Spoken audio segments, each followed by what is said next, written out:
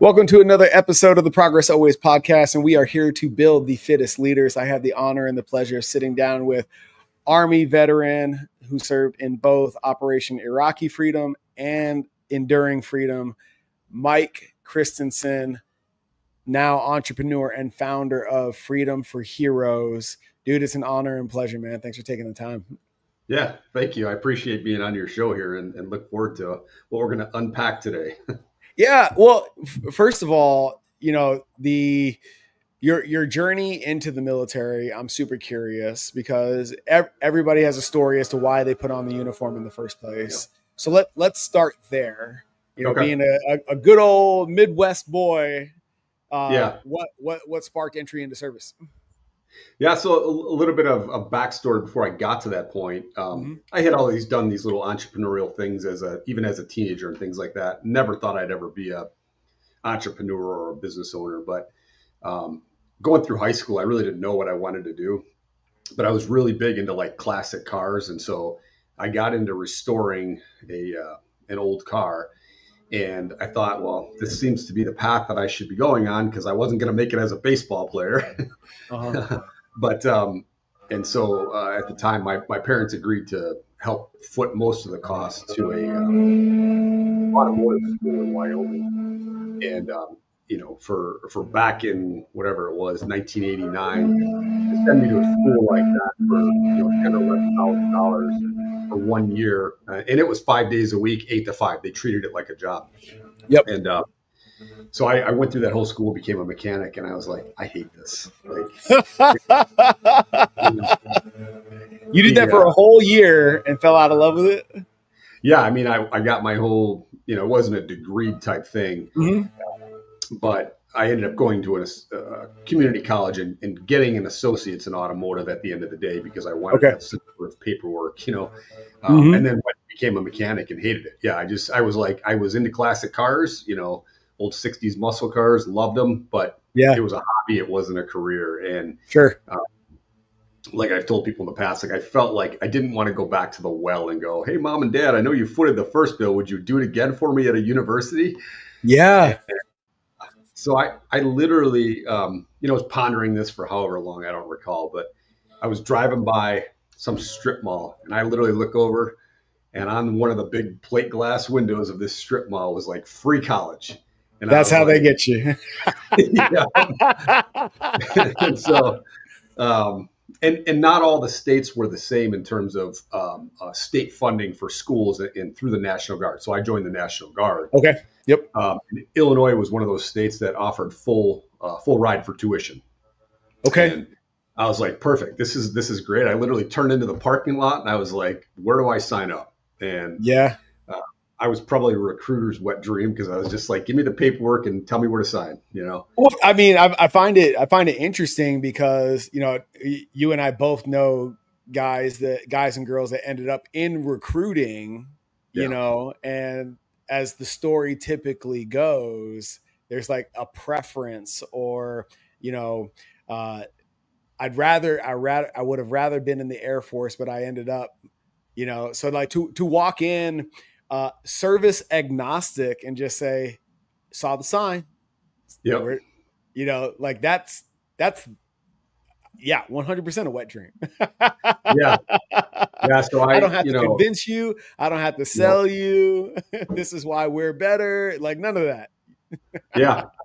So I just, in my own mind, I just wanted to be responsible for my next step in my life. And I didn't want my parents to have to foot any more money for that. And I ended up joining the infantry of all things, which I absolutely ended up loving. And if I would do it all over again, I'd do it the same way again in terms of what year is this? What year this is 93.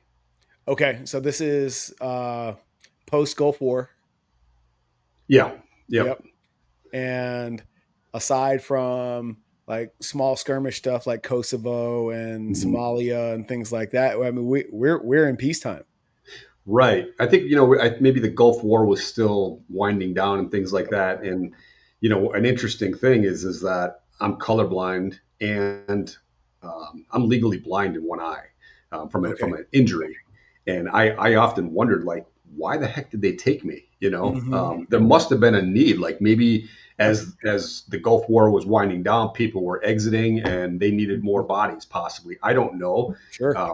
But obviously everything worked out. But from there, being in the National Guard, I was able to build a business at the same time while I served. Okay. Yep.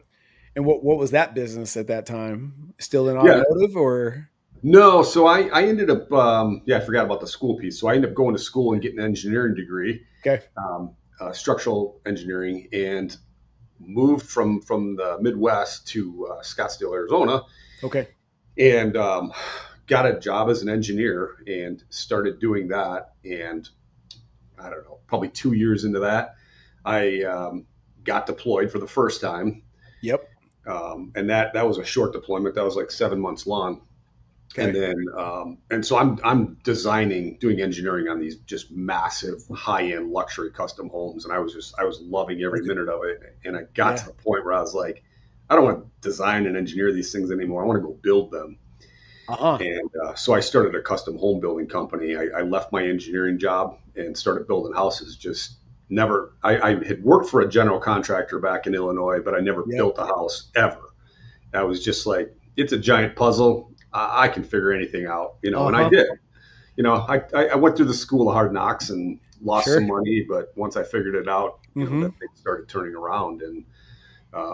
And so that first deployment was 2002, and then I got. Where'd you go? I sat on the border of Iraq and Kuwait and basically watched the invasion happen. It was the most mundane, boring job, that you could ever ask an infantryman to do. We sat in towers and guarded towers on a Air Force base of all things, and it was that we were guarding like Patriot missiles, and stuff like that. And to back up too, my dad was an Air Force guy, so when he found out I joined the Army, he was like all upset. Dude, both my parents are Air Force, and they ended up with 2 Marines. So, go figure. Right. Yeah. So, I was building custom homes for since 2001, and got to the point where I had been in the National Guard for something like 13 years, and I decided, you know what, I know there's only 7 years left to get a retirement out of this, but I'm done. Like I can't build and scale a business and give back to the troops. Be there, be present for the service members, and be a good leader. And I had become an officer at that point. And so I decided to take, to get out. And then a major actually came to me and she said, hey, why don't you just take a year off and get your head straight, figure out where your business goes, and make sure you're making a right decision, because you are, 13 years into this or whatever. And, that's good guidance. I'm of the opinion that 12 is the point of no return. If you done 12, you might as well do the other 8. So that I feel like that's solid guidance. Not trying to convince you one way or the other, and then you have the option available to you. That makes a lot of sense. So what'd you do with that guidance? So I took that advice, I took that guidance, and literally, I don't know, it was probably like 60 days later, I get a phone call. So I went into the inactive, the IRR, the inactive ready reserve. Yep. Mm-hmm. Yep. And about 2 months into it, I get a voicemail on my phone. I didn't answer the phone and listen to the voicemail, and it was like, hey, this is Colonel so-and-so from the Arizona National Guard. And this was like September or October of 2006. He leaves this voicemail. You're deploying to Afghanistan, January of 2007. We need you to show up for SRP, which is, in processing and all that for people that don't know that. But anyways, had to show up to SRP in whatever it was next month. Yeah. And so I'm like, oh my God, I decided I was going to get out. Then they talked me into going into the IRR. They pulled me out of the IRR, and now I'm getting deployed. This is even worse because I've got 7 houses under construction. I'm at the pinnacle of my career. So what do you do with the projects you have in place? Because you can't just stop them. Right. Yeah, I'm legally contractually bound to these things, right? And because I was still early on in my building career, as anybody that knows running a business, in the beginning, you wear a lot of hats, right? You're Yep. the, you're Yeah. the guy, that's out there, meeting people on site. You're the one that's pulling back then we had physical checkbooks, writing the checks. And so I was Mm-hmm. working 6, 7 days a week, trying to scale. And, and so I had gone to JAG. I was like, look, here's all my contracts. Like, what do you guys want me to do? Like, I can't just, I'm like, and this was millions of dollars we're talking Sure. about. Yeah. And JAG basically was like, your problem, not ours. They Really? were very, very cold about the whole thing. And I said, look, can you put me on the next rotation or something? Like, I can't do this. Like, I'm not Yeah. trying to dodge, my duty or Mm-hmm. whatever. I said, just work with me a little bit here. You guys pulled me out of the IRR, Yeah. and they weren't having it. It was very challenging. I ended up, just keeping the crew that I had, and my wife became a big piece of how we navigated through those times and keeping the customers happy. And Yeah. fortunately, it was the time after 9/11, so people were much more patriotic and understanding, and they Sure. supported it.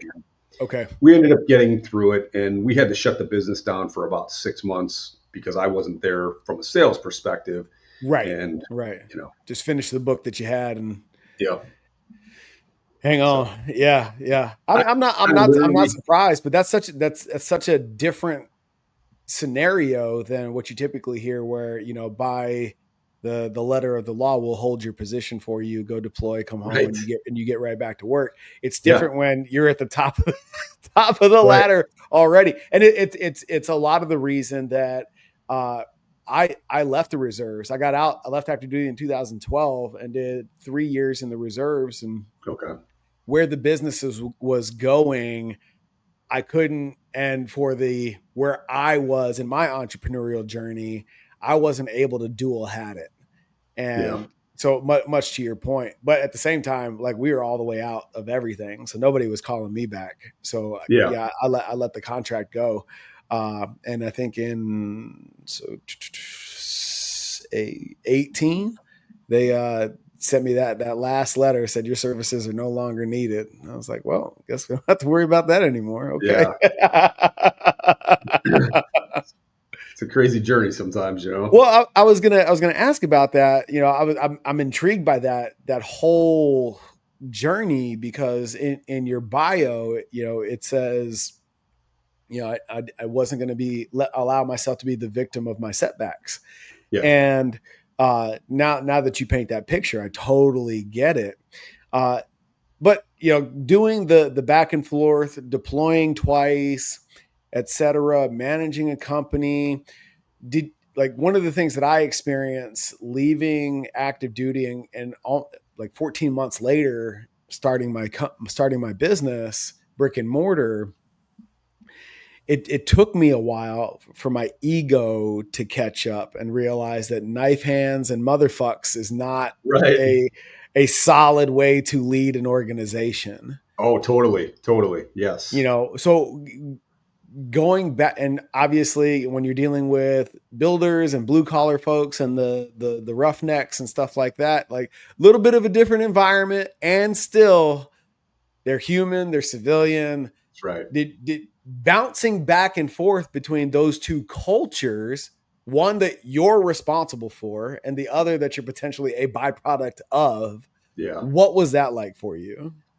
It's a challenge that took me years to overcome and navigate through and get better at. Mm, It's a muscle that you have to build. And to your point, like, early on, I thought like when problems would arise with, like in our business, we deal with subcontractors that sometimes don't show up, and you're trying to maintain a schedule, and you've got accountability to the homeowner and things like that. And all of a sudden you're falling behind because you're only as good as your weakest sub.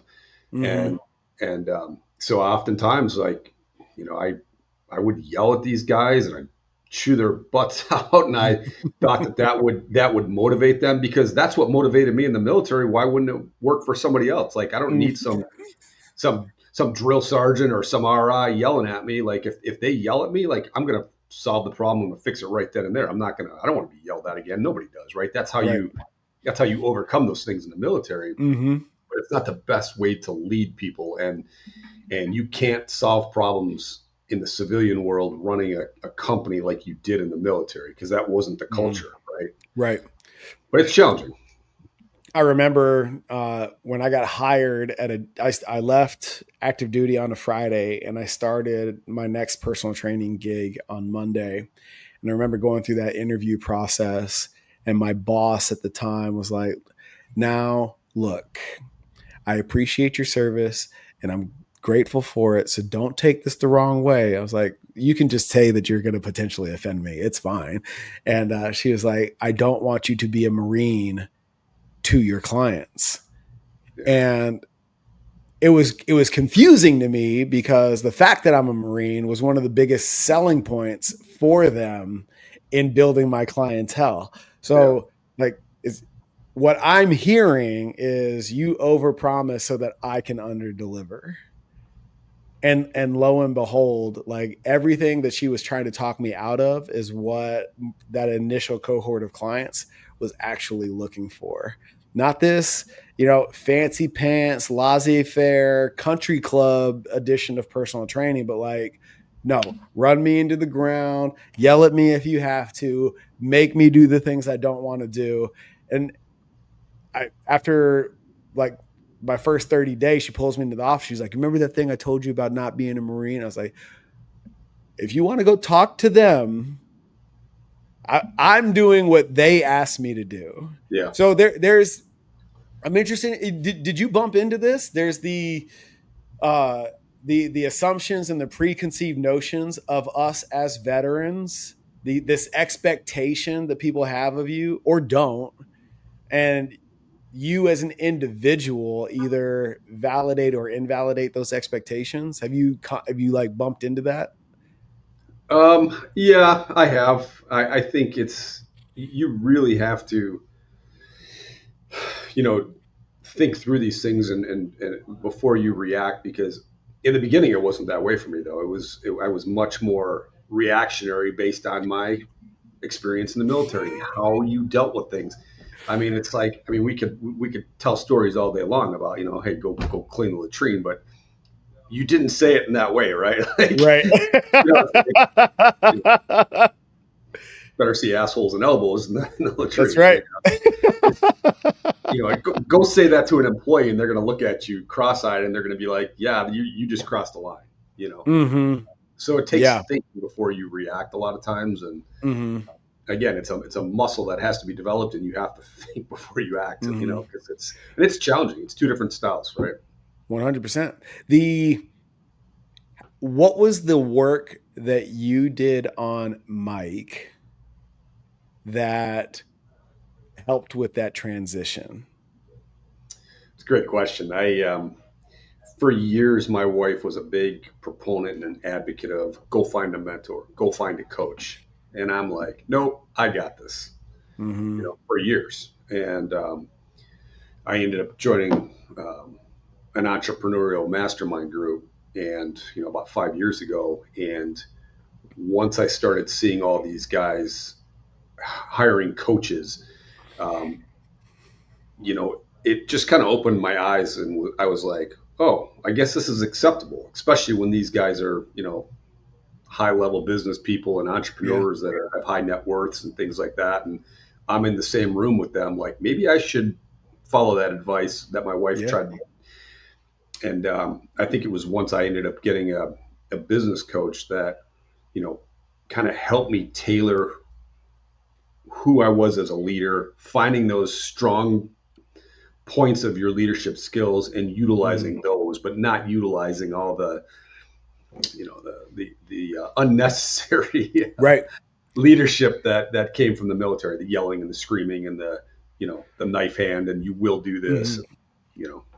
Did you take the inherent mentorship that comes with the rank structure of the military for granted? Is that kind of why it was a blind spot for you in the civilian world, because it's baked into the military experience versus you got to go find it out here?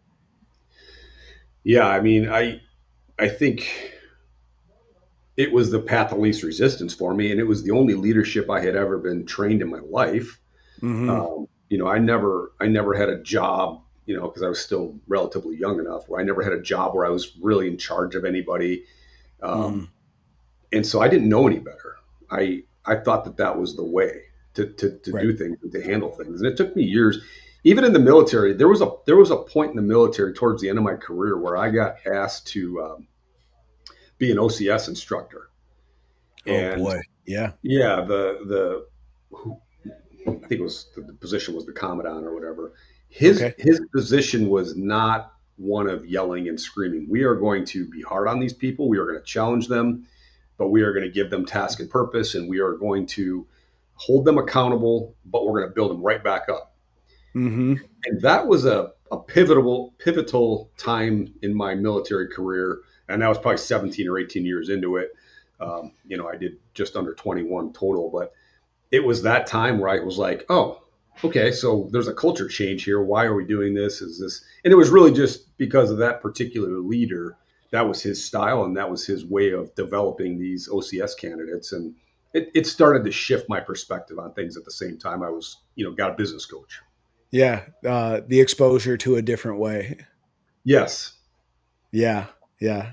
Uh, now that you have embraced mentorship from a conscious perspective, what are the things that you look for as opposed to what was impressed upon you via the military in mentorship? Like, what do I look for from my coach, you mean? Or Yeah, what are the qualities that you look for in that engagement? um, I would say probably one of the biggest things for me is that I've learned, the muscle that I've built is more of a Socratic approach when dealing with subordinates. Meaning? So, well, if somebody comes to you with a problem, we've all heard, don't come to me with just having a problem, come to me with a solution, which is great. It's great. It's great advice. Um, there's what I like to do is I try to get, and I've just learned this through my coach coaching me, right? Like Mm-hmm. they just tend to get you to talk and answer your own questions at the end of the Yes. day. And Yep. they're providing input and advice and things like that, but they're Mm-hmm. getting you to talk through it, and ultimately you're answering your own question. And so by taking that Socratic approach, and instead of me just because I been in business for so long and I've got an engineering degree and I'm building houses and whatever, I tend to know most of the answers and of the problems that occur, but it's a it's still to this day I have to think about this when somebody comes to me with a problem. It's like, look, what do you think the problem is? What do you think the solutions are? And what's your recommendation? Um, Dan Martell calls that the 1-3-1, Yes. Yeah, that's which right. is That's exactly what I'm going to reference. Yeah. yeah, Mm-hmm. which is great. But getting them to talk to you and getting them to basically answer their own question is really that's Mm-hmm. what the Socratic approach means to me. Yeah. No, absolutely. And I I love that framework because it's got really high utility from a framework standpoint. It's not just the dogma of being solution oriented, not just Right. coming to me with a problem.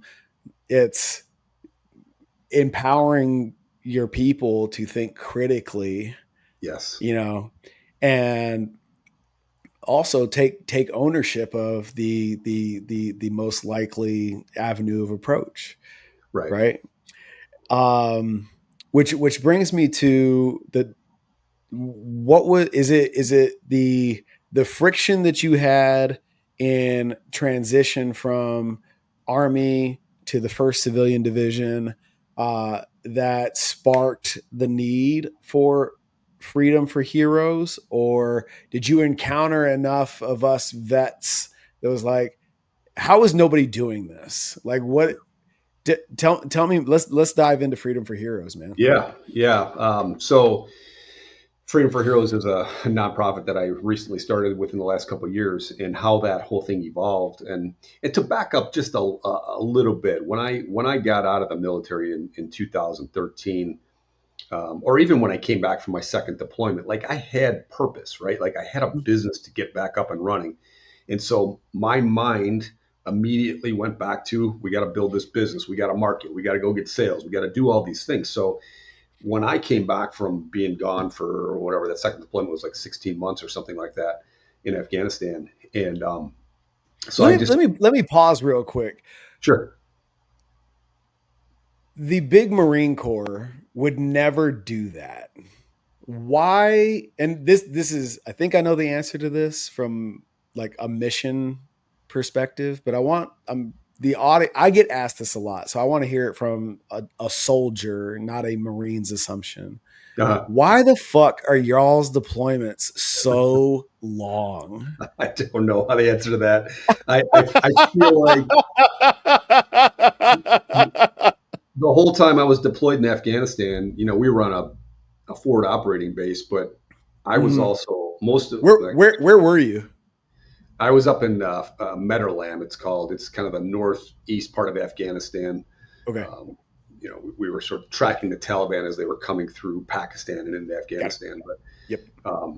If you look at it from a business perspective, maybe there's, if we do the proper training up front and they can sustain a year's time, then it makes sense. We've got less rotations happening. I don't know if that's what the Department of Defense meant, but even when I was in Afghanistan, we had a Marine captain and a corpsman attached to my platoon the whole time. Okay. And they rotated out like 3 times during our deployment, and which was kind of interesting because it's like, okay, we just built a relationship with the last guy. Now we got to turn around and start over essentially. Yeah. And I use the terms relationships and being transactional, in business, but I also use it in reflection with the military. But yeah, absolutely. But anyways, yeah, no, it's something that has, because I know, the by doctrine, the Marines are designed to be in and out, and through OIF, OEF, we also took on some of that sustainment mission that the Army is designed for. Yeah. So like, I was just curious, is like, I have yet to meet a soldier that was deployed for less than 9 months, and more often than not, it's 13 to 18 months at a time. Yeah, so unless you're a surgeon or a pilot or something. Mm-hmm. Yeah. So it's just like, damn, that's crazy. Because when we pulled out of Iraq,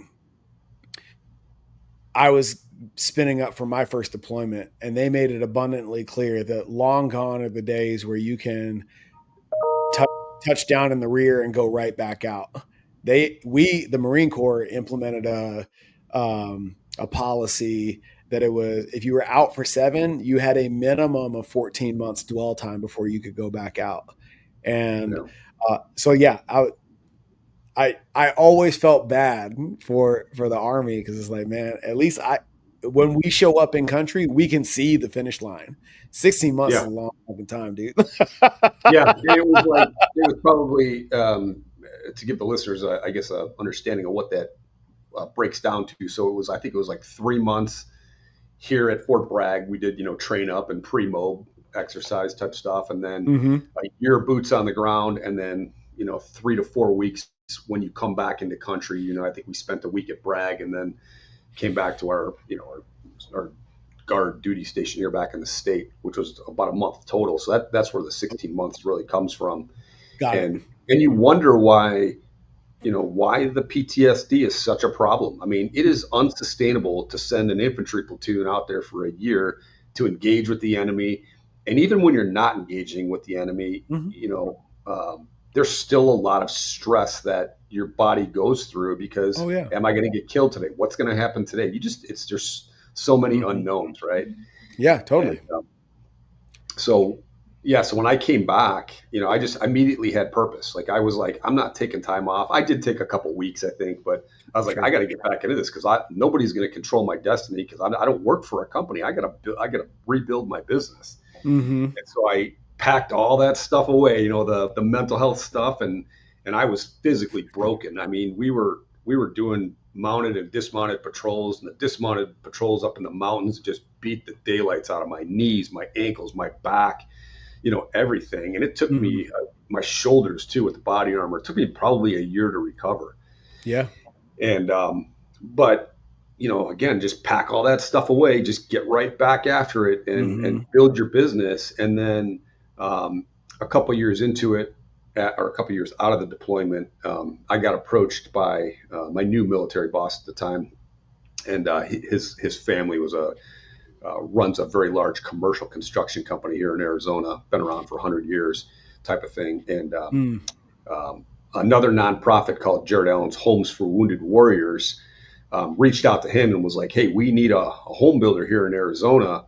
Would you guys be willing to do it? And they were like, no, we're a commercial construction company. We don't do that. But fortunately, he knew me, and he's like, yeah, I've got a perfect guy for you to talk to, though. And so I ended up linking up with Jared Allen and his team, and they told me about the nonprofit that he had started, and they had already built one house and it wasn't the best experience. And so they were trying to look for somebody who had systems and processes and knew what they were doing essentially. And so I got introduced to that organization. And again, just, never looking back at all the mental health stuff. And I just packed it away and just kept trudging forward. And we ended up building 5 houses for severely wounded vets for Jared Allen's organization. Are you talking about Jared Allen, the football player? Yeah. Yep. Okay. Yeah. Great human being. Just sure. A big giver, great guy. And so again, it's just giving me purpose, right? It's just, it's not letting that stuff come up and surface. It's just, I'm not dealing with it. Sure. So not to, if you don't want to, not to dive too deep into your PTSD specifically, but I don't think much of the civilian population at large understands the spectrum of PTSD, right? Many's assumption is that you held your buddies in your hand while they took their last breath type stuff, right. Storming Normandy, Saving Private Ryan type shit. Yeah. And that there's, to your point about being gone for so damn long, right? This was my experience when we were gone for 7 months.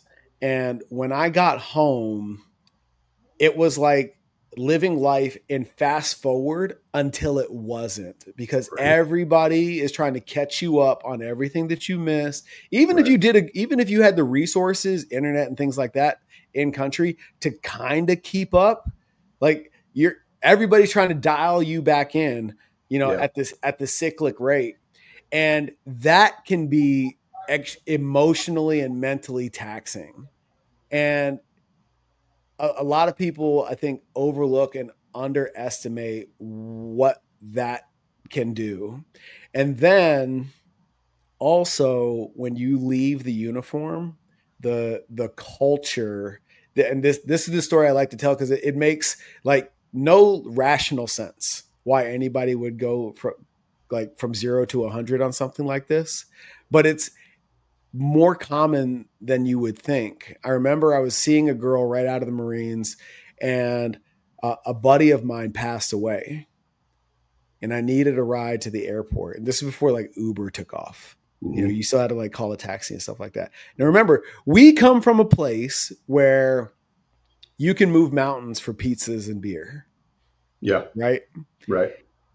I remember calling her up. I know next to nobody. My network's really small here in Scottsdale, and calling her up, and I was like, hey, I need a ride to the airport.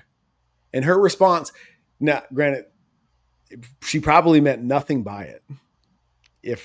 Now that I'm removed from it and able to put myself in her shoes and all that kind of, I've done the work, right? Yeah. And her immediate response, without giving a second thought, was, why don't you call a cab? And I looked at that as what I felt in that moment was, our relationship means fuck all to you. Right. And I remember just stewing for, like, she was almost dead to me. Yeah. That's how nonsensical compared to what you were used to. Like, oh, sure, buddy, I'll come pick you up, whatever you need. Like where that is so much our normal. Right. Right. And then to and those relationships, keep in mind, are just as casual as the one I'm describing with this woman, in that, like, I have buddies to this day that still don't know my first name. They Oh, only really? know, they only Yeah. know me as Anders. Yeah. You know what I mean? Yep. So, like, you're because of the common history that you have, it's just assumed that we all operate on this frequency. Right. So just as civilians have preconceived notions and assumptions about us veterans, we have our own blind spots and biases as well. Right. And correct me if I'm wrong, though, it's those kinds of things that really make it hard out here, much less the dodging bullets, friends dying scenarios that we put on a pedestal with regards to military and deployment experience. Yeah. Yeah, and you're right. The spectrum of people with PTSD, I mean, it's drastic. And quite honestly, in the circles that we run in and the different people that I've spoken to, nonprofits and things like that, a lot of people refer to it as PTS. Like, is it really a disorder? And Sure. maybe this is like a little bit of a good segue to a little bit of insight into what I dealt with on my own personal level. And when I had come back from Afghanistan, they were like, everybody's going to see a therapist. I don't care. You're going at least one time. And, could I have probably pushed back and not gone? But I decided to go. And I probably went for, I don't know, whatever it was, 5 or 6 months. And this is within a year of me coming back. And I couldn't relate to the guy that I was talking to. I was just like, this guy just doesn't get it. Like, he just doesn't get it. I'm like, I'm done with this. And is this a civilian counselor or therapist? No, veteran, Military. a VA. Yeah. Okay, but he's also a veteran. No, he wasn't. Okay. Supplied by the VA, but a civilian. Yep. No Right. military experience. Yeah, nice guy. Okay. Didn't get it. Yep. And so I was like, I'm done. My primary care doctor was like, you have PTSD. You need to go. I'm like, I don't have PTSD. I'm fine. I'm like, just leave me alone. I'm good. And she's like, could I talk you into just seeing one other person at least just one time? And I was like, oh my God, people are killing me. Like, leave me alone, And so I agreed to do it. And I went, and here in, we've got the main VA in Phoenix, and then we've got there's a satellite location in Scottsdale that I do most of, my visits to. But, and so that's where we were doing the interview. And so I sit down with this very young person, couldn't have been a couple of years out of college, not a veteran. And so I sit down and I go through, it's like I got to unpack everything again. Well, tell me your story.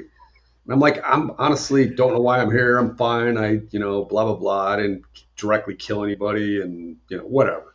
And so I get done with and it's, whatever it was, an hour and a half. I get done and she says to me, well, she's writing the whole time, taking notes. And at the end, she's quiet for a minute or two and she comes up with her synopsis and she says, well, I think you have about the same level of PTSD as any other infantry soldier that deployed out there. And I don't, whatever she said, like something like, if you want to get more treatment, it's up to you. And I was kind of like, hold on a second.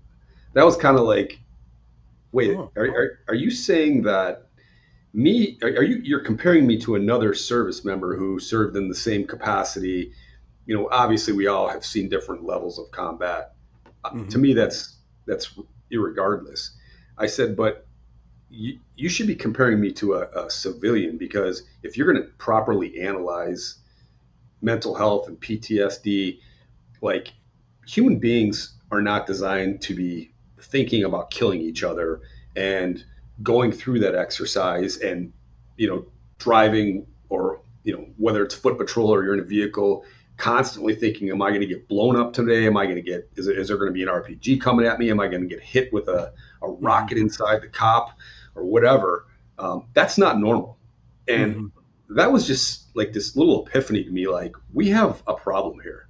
Like, if that's really how you are analyzing me and you're basically telling me that I don't have any PTSD. What are you going to say to the next soldier that comes in here that has literally killed multiple people and he's got to live Mm-hmm. with that, or he's given the order to kill people, which is more of, when you're an officer, you tend to be more Yeah. direct No, way. this is really profound. And I'm so happy that you brought this up because I've never thought about it like that. We are being compared to us Right.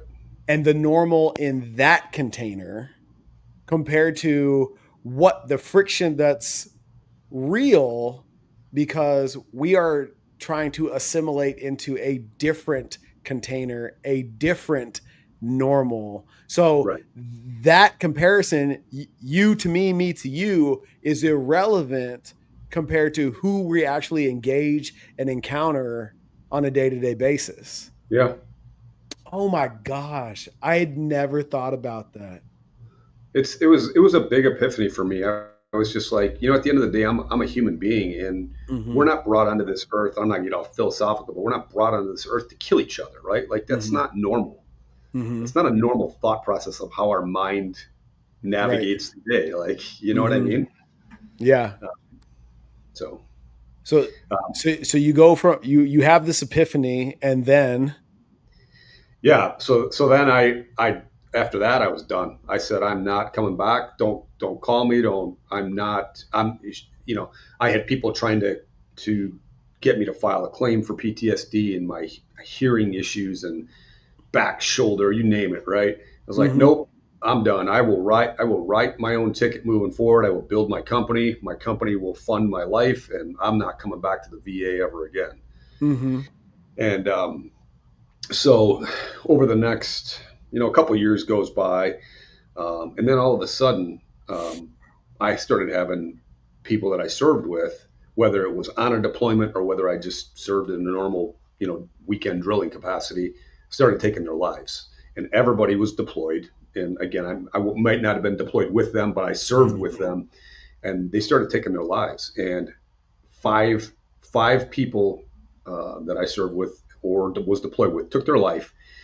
And I started thinking about, some of them I had absolutely no idea. Like after we, separated from our units and whatever, we, it's not like we were like friends on a, Right. normal basis, like you would have normal friends, but you still keep in touch with people. You still run in the same circles, and you hear about these things, and then you find yourself at a funeral, and it's just like it's like any other funeral, right? It's a reunion of family, friends, but now it's a Yeah. reunion of people you served with, and you start hearing the stories, and oh my god, like why why is this happening? Like Mm-hmm.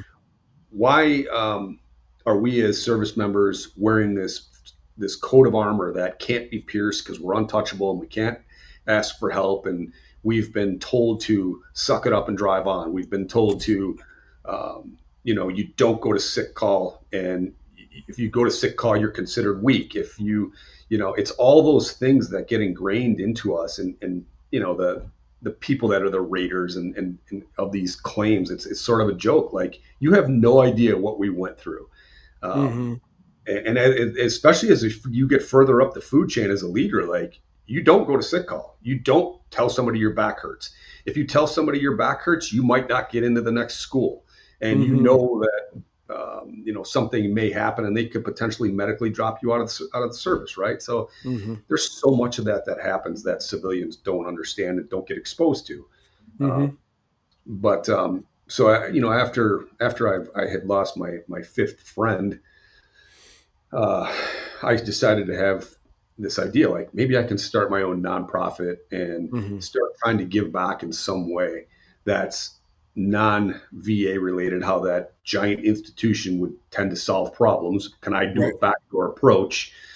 Um, and in the meantime, I had a friend of mine that I did serve with in Afghanistan calls me up and he says, "Hey, my wife and I are thinking about building a house up in Cave Creek area or whatever, and can you come meet me for breakfast, my wife and I, for breakfast, and we'll talk about it?" I was like, "Yeah, absolutely." So meet Mm-hmm. him up there. We have breakfast, have pretty good conversation. We both are asking each other how we're doing, just normal veteran conversation, and how are you, surviving, navigating life, and you know, um, he was telling me about some issues, mostly that he was having with navigating the VA, getting claims approved. He served in a different province in Afghanistan than I did, so we weren't in the same area or anything like Yeah. that. But some of the things that he got exposed to, I didn't. And I felt like he had it worse than I did, which is always another thing we say, right? Like somebody else has got it worse, I'm fine. Yep. So we justify the level of our post-traumatic stress, and that's a problem too. Sure. But anyways, a month after meeting him and his wife, he takes his own life. Oh my gosh. Yeah, I never in that conversation got any sort of indication that he was suicidal. I just knew he was struggling. And in fact, somewhere in that month, I had reached back out to him and decided that, okay, maybe I'll file a claim. And so he helped me. He sent me an email with, his letter and some of the things that he submitted. And then I think it was a couple of weeks after that, he took his life. And it was very graphic, and what he exposed his wife to and the neighbors to and everything else was horrible. I mean, just absolutely horrible. Yeah. And so that was the big tipping point for me where I'm going to do this now. I've got to try to give back in some way, and in a way that was not how the VA, that giant institution, and how they solve their problems. Can I do a backdoor approach? So unfortunately, he was the catalyst in me really getting my butt up off the couch and making this happen. Yeah. Yeah. Do you still have contact with his wife, his widow? Absolutely. Yeah. Okay, good. I see her quite a bit. We reach out to her quite a bit. In fact, she has attended a few of my board meetings. I would love for her at some point to tell her story, because I think it would help her healing, and I think it might help other veterans or other veterans' spouses to hear that. So I'm not pushing that with her, but I think she knows eventually I'm going to ask her that question. Yeah. But it's great because she is involved to some extent, and then an offshoot of that was there's another program out there where high school students interview veterans, and they put their stories in a book, and they do video of your story and things like that. So it's called Imprints of Honor. And so she exposed me to that, and I got to go in there and tell my story, and I'm in a book, and so that was healing as well for me. Yeah. So what all goes into, like, from an organizational standpoint? I'm a veteran. I want to be involved with Freedom for Heroes. I have my own healing that needs to occur, and I want to leverage your organization. What does that experience look like? Yeah. So what I came up with, and I actually used somebody that we both have a mutual, friend, Aaron. We started pivoting away from coaching on my business side to building this Freedom for Heroes business, and we came up with 3 pillars that the foundation should operate under. And so one of them is outdoor adventures, and that's what I kind of call the fun side, or the backdoor approach to getting service members to show up and build that camaraderie, and slowly build that tribe of people that they can call and lean on and be vulnerable with, versus me coming right at you. Like if I, if I met you at Aaron's house, like at that event that we initially met at, and I knew you were a veteran, and I just said, hey, I know you served. Like, would you like some PTSD coaching or training or something? How can I help you? You'd be like, no. I'm good, man. Like, leave me alone, right? It's that. So I don't want to come at people like that. So what I'm trying to do is, by this outdoor adventure pillar, is that, when it's the nicer times here in Phoenix, we're trying to do a hike the first Saturday of the month, and sometimes 8 to 10 people show up. Sometimes it's 2. I've had no people show up before, and so that's just one way of building that tribe of people. A couple months ago, we did an outdoor adventure in Payson, where we rented a 15-passenger van. We got 13 service members from all different walks of life, and we took them up to Payson, 100% fully covered, everything, camping gear. We have another veteran cook. He's got his own, he worked for Traeger and does this amazing cooking. I mean, we're eating tri-tip and ribs and phenomenal meals out there. And I get 2 facilitators from a high-end resort in Sedona that also have their own outdoor adventure company, and they helped me facilitate the whole weekend. And it was a Friday night, Saturday, and come back on Sunday. And I was so, I'm a little bit nervous. Is this going to work? Is this approach going to work? Is it going to be effective? Are people just coming to get a free weekend or whatever? And so we drove up there Friday, and, people start unpacking their tents, and I'm just kind of observing, and I'm just looking around, and I see, this person helping this person set up their tent. And so you've already starting to build this little camaraderie. And then we had dinner.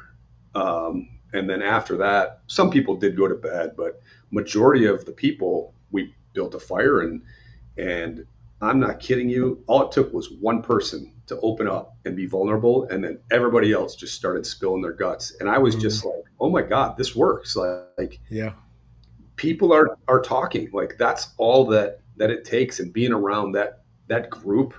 And these people don't know each other, right? Like, and so there's a, some thoughts that probably went through their head. Like, do I really want to spill my guts in front of these people that I don't even know? But the rest of the weekend followed suit. And it was just, I said to people when I got done, I was like, that weekend went twice as good as I thought it was going to go. So that's the kind of the outdoor adventure piece, the pillar, our backdoor approach to things. And it's not going to work for everybody. But I'm not trying to solve the world's problems either. I'm just trying to give back as I can. And the second piece is what we call expert guidance. And that is where, if someone needs help filing a claim, we could pair you with a VSO. We can get you hooked up with DAV or whatever that looks like. But let's, give you that little boost or that kick in the pants to take the next step, and let's actually get the paperwork filled out. Let's start doing it for you. Because I mean, quite honestly, I was out of the military for 11 years before I filed a claim, and I'm still dealing with that.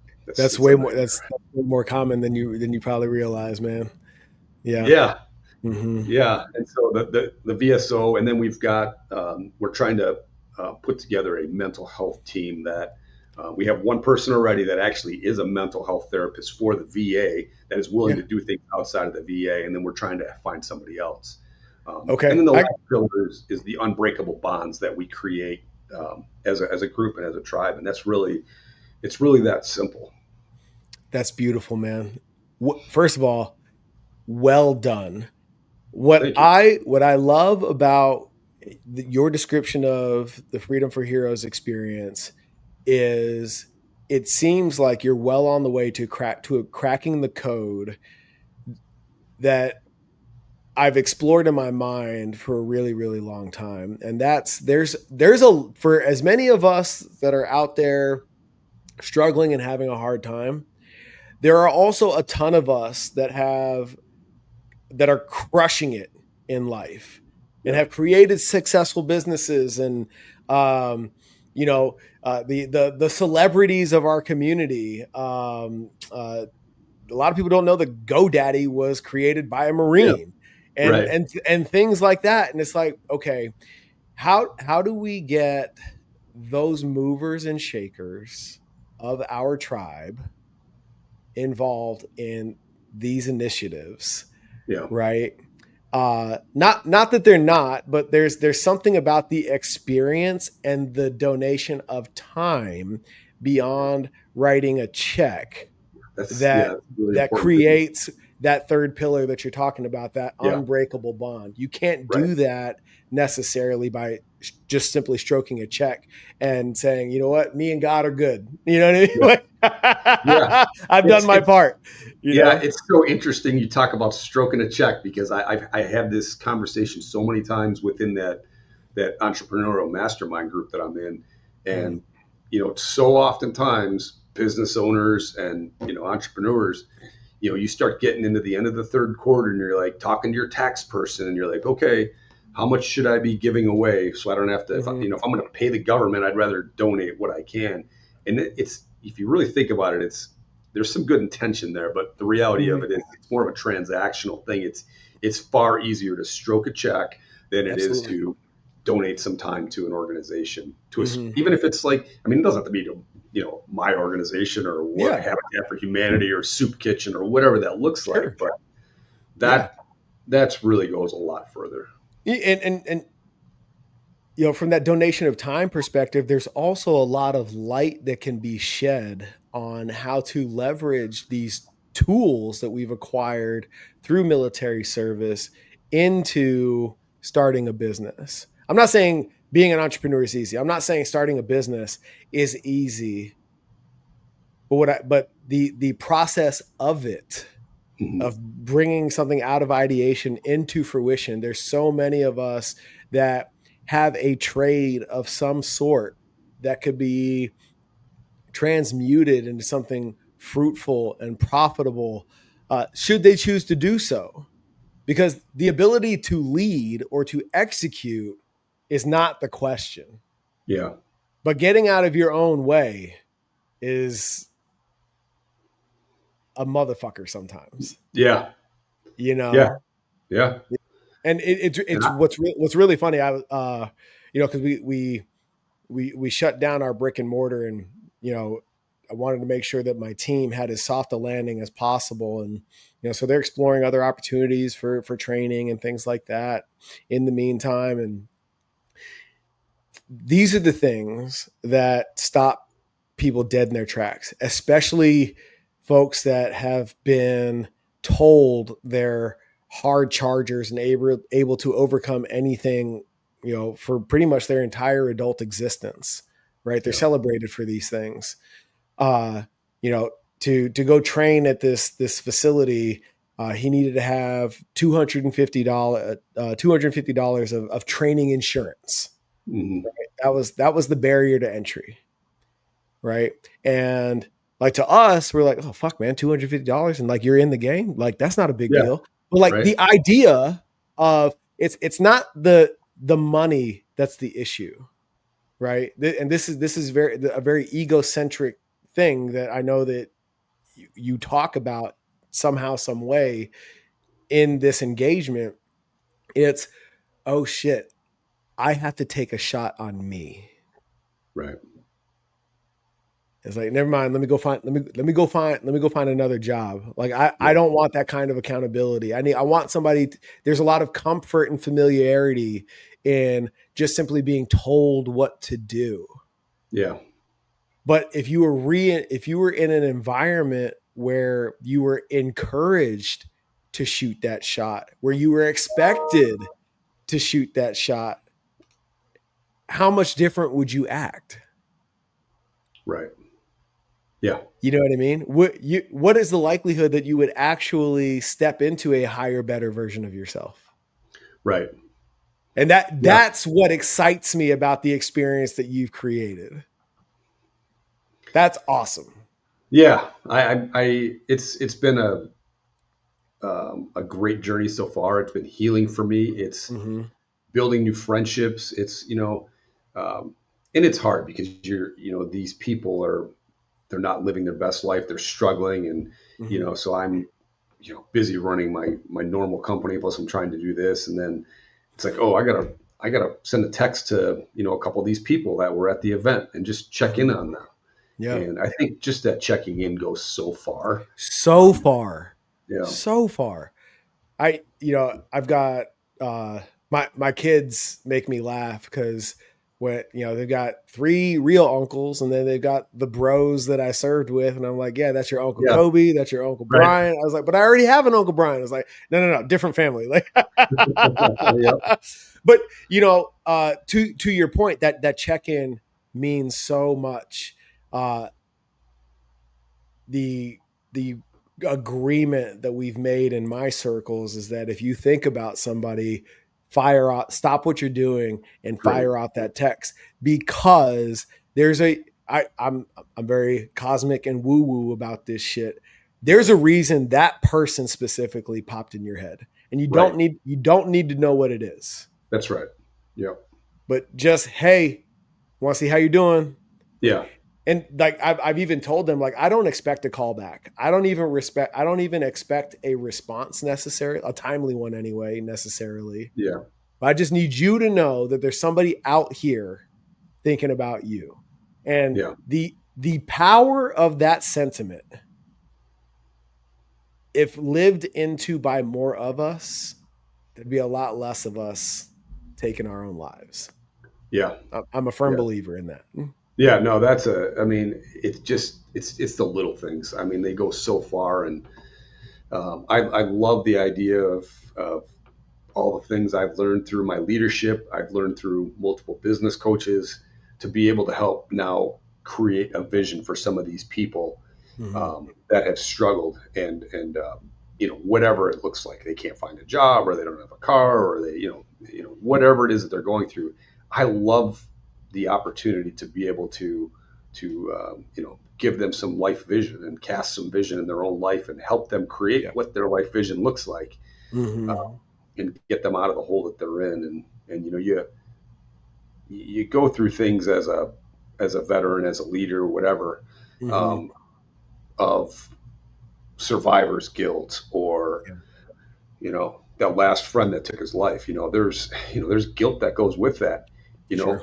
You tell me that's not post-traumatic stress. Like, give me a break. Like, where does that fall into all of this? When that happened, like, I literally started blaming myself. Like, why didn't I call? Why didn't I touch me 3 times instead of twice, or whatever?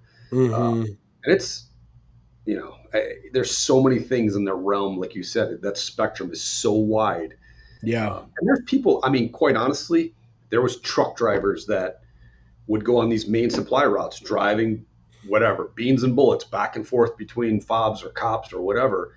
And they were scared out of their minds. Oh, scared beyond belief. They, even though they're not infantry personnel, like, they probably had more PTSD than a guy like me who was trained to be a trigger puller, or tell someone to pull a trigger. What a lot of people don't realize is there's a lot to be said for, like, the worst thing you can imagine actually happening. Yeah. Compared to riding on that razor's edge and it not. Right.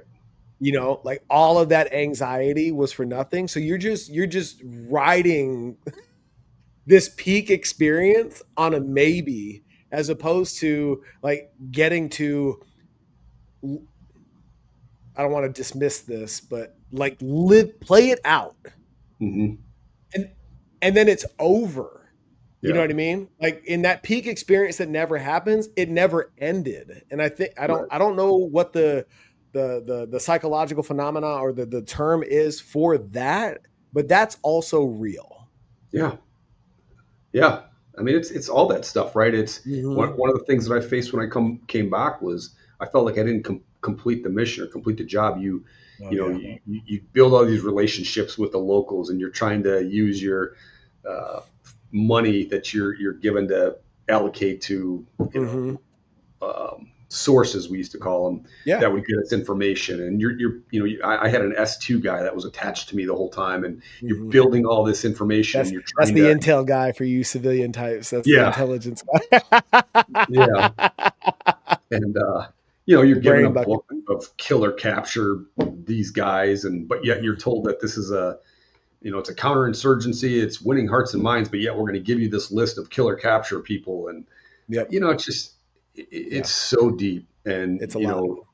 It's easy to reflect now after being away from it for so long, but it's not normal for us to kill human beings, think about killing human beings, and worry about being killed on a daily basis, right? You're in fight or flight all the time. Yeah. If time heals all wounds, I think we also need to acknowledge that some wounds take considerably longer to heal than others. That's right.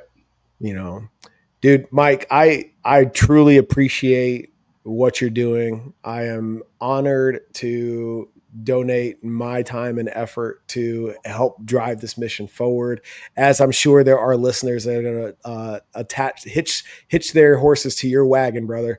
So where can our audience find you, support Freedom for Heroes, and contribute to this experience in empowering veterans and getting them out of their own way? Yeah, I think that the easiest way is, you can follow us on Facebook and Instagram. I'm doing a lot of videos. Me personally, I'm doing the videos talking about a lot of different things. I'm going to be putting out like 8 videos on things that people might not know about the VA, but I'm also doing other videos about weekends we're doing or weekends coming up that we're going to be sponsoring. That is probably by far the best way to follow us and track us on Instagram and Facebook at Freedom for Heroes. On Instagram and just look us up on the web if they want. It's freedomforheroes.org, which you've got posted on the bottom of the screen there. Cool. And that's probably the easiest way. And if somebody just wants to come out and do a hike with us, when it's nicer parts of the year, and just be around veterans and just listen to some of the conversations, it's just a great way to integrate into the veteran community on a very low barrier to entry, if you will. Cool. And if there's veterans out there that need help, certainly reach out to us. Or if there's veterans out there, like you mentioned, that are in a really good place and they want to be a part of this and maybe help other veterans, it's a good place for them too. Love it, man. Love it. Well, you now have another tribe behind you to help create this momentum, man. I really appreciate you making the time today, brother. For everybody out there listening, remember, it all begins with integrity, courage, and ownership. And if you want to be a fitter leader, reach out to Next Level, and we will join the alignment village and help facilitate that growth. Until next time, progress always.